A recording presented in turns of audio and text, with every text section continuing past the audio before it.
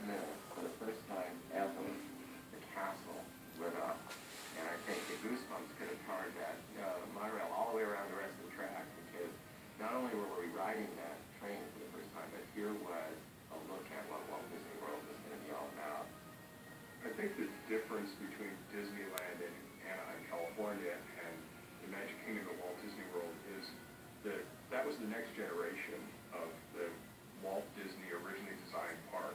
And he had learned a lot of lessons in Anaheim, especially about having as much land as possible. Well, one of the things that bothered Walt Disney very much was all the things that grew up around Disneyland.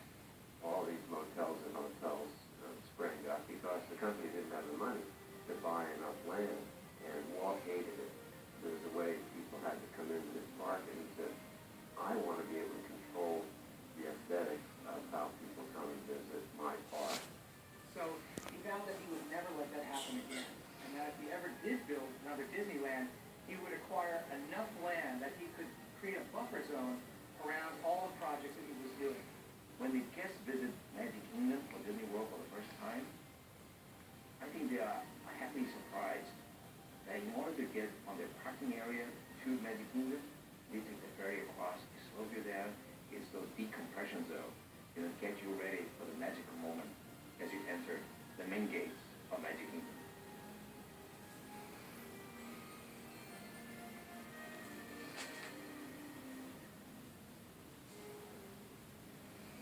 I don't want the public to see the world they live in while they're in the park, Walt told his Imagineers when creating Disneyland. I'd like them to feel like they are in another world. The same holds true here at the Magic Kingdom in Florida. Here you leave today and enter the world of yesterday, tomorrow, and fantasy. Let's go see the world they created for us to enjoy. We want you to see and share with us the experience of building this dream into a reality. Straight ahead lies the heartline of America, an old-fashioned Main Street. Hometown USA, just after the turn of the century. Drawn from Walt Disney's own boyhood memories, this is Main Street, USA. A small American town at the crossroads of the emerging 20th century. Main Street, USA, at the Magic Kingdom, is really a reflection of the turn of the century America and a small town ready for the 4th of July, as it probably never really was, but everybody remembers that it might have been like that. And now it's really become the symbol for the entry to many of the Disney parks around the world. The vehicles on Main Street are very important because they're part of the life of the street. One of the great designers in Disney history was Bob Gurr. Whether it was a fire engine or a horse-drawn streetcar, Bob Gurr designed the theme, if you will, to fit the street. And Bob was very sensitive about that. And I think they catch the spirit of the period that we're in. You couldn't do the same Main Street as Disneyland. We had to have the buildings taller. And there was an operational reason, too. We need to have office spaces, which Disneyland doesn't have. Disneyland is all facades except for the ground floor, which are the shops. But beyond that, we were in a different part of the world. It wasn't any longer Walt's Midwest. So the designers went for a Victorian look, but making it the Eastern Seaboard Victorian.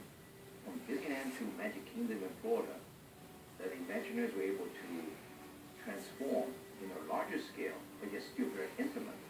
And you don't feel like, the scale would dwarf you. I thought it was brilliant how they use the colors, the shape of the roofs and the buildings, and still were able to transform a bigger Magic Kingdom in such an intimate way. I think it worked very well. You still have the same attitude, the same feeling.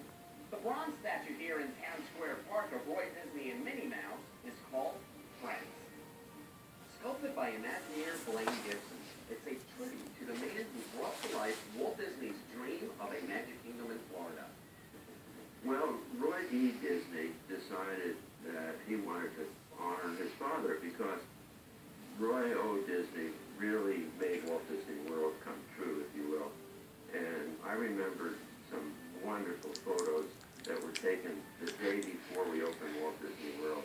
And Roy O. Disney was so relaxed, sitting on a park bench, And so, talking to Blaine, we said, well, why don't we depict that moment again and have him sitting there with Minnie? And that's what Blaine was able to do.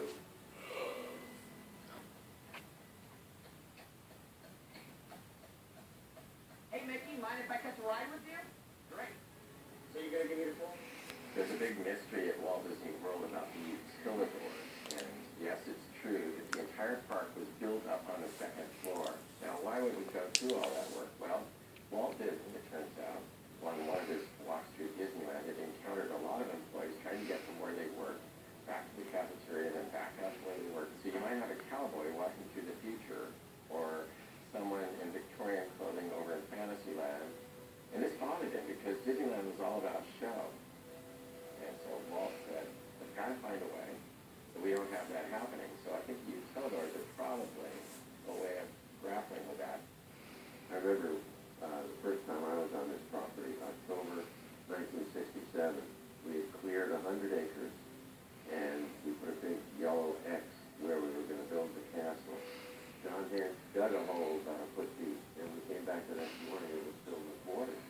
So we knew we were this close to the water table. The Imagineers, with John Hands and Marty, they were ingenious. They said, okay, if we're going to raise, the elevation of, let's say, Magic Kingdom anyway, why don't we put that to use? We took a lot of landfill and raised the level of the Magic Kingdom 14 feet. And of course, we need a lot of dirt. So they said, where should we get the dirt? So on the master plan, they said, why don't we just get it from the front door? So they created Seven Seas Lagoon. There's about 200 acres of water surface area. And, raised the elevation of the ground floor on one hand. On the other hand, you created a utilidor, Which is really terrific because it gave us the opportunity to put all the infrastructure right under the park.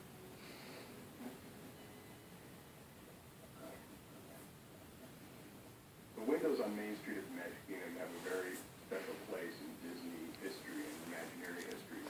At Disneyland, Walt had used the windows on Main Street as a way of thanking some of the contributors who created that park. Well, when Walt Disney World was being built, the Main Street windows were looked on as just being fictitious things for the longest time. But Roy Disney really liked that tradition that Walt had started at Disneyland and insisted that we carry on that tradition in the Magic Kingdom at Walt Disney World. And to this very day, when we build Magic Kingdom Park, we always carry on that tradition of thanking the contributors and the designers and people who built those dreams on the windows of Main Street. I think one of the things that was very hard to deal with for both Walt Disney Company and the Disney family was the loss of Walt. So it was undertaken to create a Walt Disney story. And we found some recordings from a lot of interviews that Walt did. And we put the theater on Main Street, and through Walt's own words, introduced you to this man. Where he told the story of his career from growing up in a small town to the Walt Disney World project. And that made a huge difference in being able to really communicate his concept. At the foot of Main Street, about where you're sitting, is the plaza. This is Central Plaza, also known as the Hub, because each of the original lands radiate off it like the spokes of a wheel. Central Plaza at the Magic Kingdom is really designed to be a gathering point and a decision-making point of where do I go first. And that's the beginning of your story as you look into each of the lands in the Magic Kingdom, Tomorrowland and Fantasyland and Adventureland. In each case, it's the start of another story.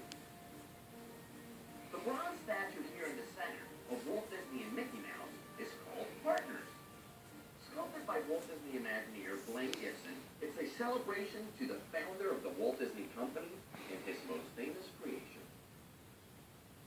Our second realm is called Adventureland. Within Adventureland is the wonder world of nature's own design. For animal creatures, her fabulous planet life. Here, too, is a world of unusual people and faraway places. The Imagineers created a thrilling journey to exotic and enchanting realms of exploration, adventure, and discovery. This is Adventureland, inspired in part by some of Walt Disney's true life adventure films.